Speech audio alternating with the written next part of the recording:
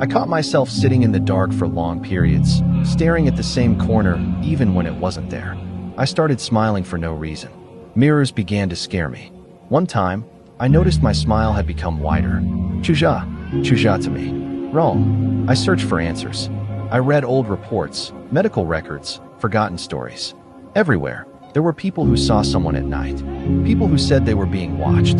People who disappeared or stayed alive, but empty. I realized something then. It doesn't kill. It stays. On the last night, it stood very close. I felt the cold of its presence, its breath. When I opened my eyes, it was looking at me with my own eyes. I felt my name become heavy. I felt memories slipping away. I felt myself beginning to retreat into the shadow.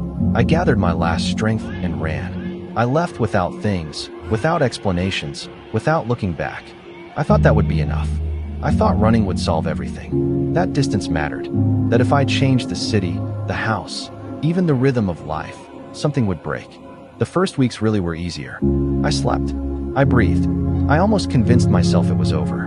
But sometimes things don't disappear. They just become quieter. It started with small things.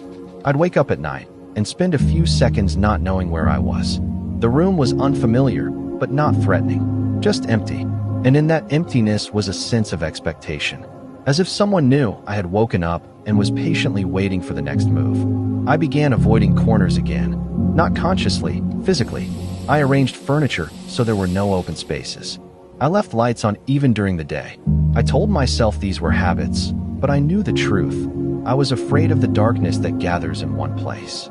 Once, I woke up because I was smiling. I felt the tension in my facial muscles, my lips stretched wider than usual. I jumped up and went to the bathroom. In the mirror, there was me, but the gaze was wrong. Too attentive, too calm. I started feeling like some of my thoughts weren't coming from inside me, but arriving from somewhere else. I could be sitting and suddenly realize I'd been staring at one point for several minutes. That I didn't remember what I was thinking about, or whether I was thinking at all. One night, I heard the familiar phrase again. Not clearly, not as a voice, just an echo in my head. You're very good at being quiet. That's when I understood. It isn't tied to a place. It's tied to me. Not like a shadow, like a reflection. Like something waiting until I get tired enough to let it be me instead. Sometimes I think it's already nearby. Not in the room, not in the corner, but closer. Somewhere between a thought and a word. Between an inhale and an exhale.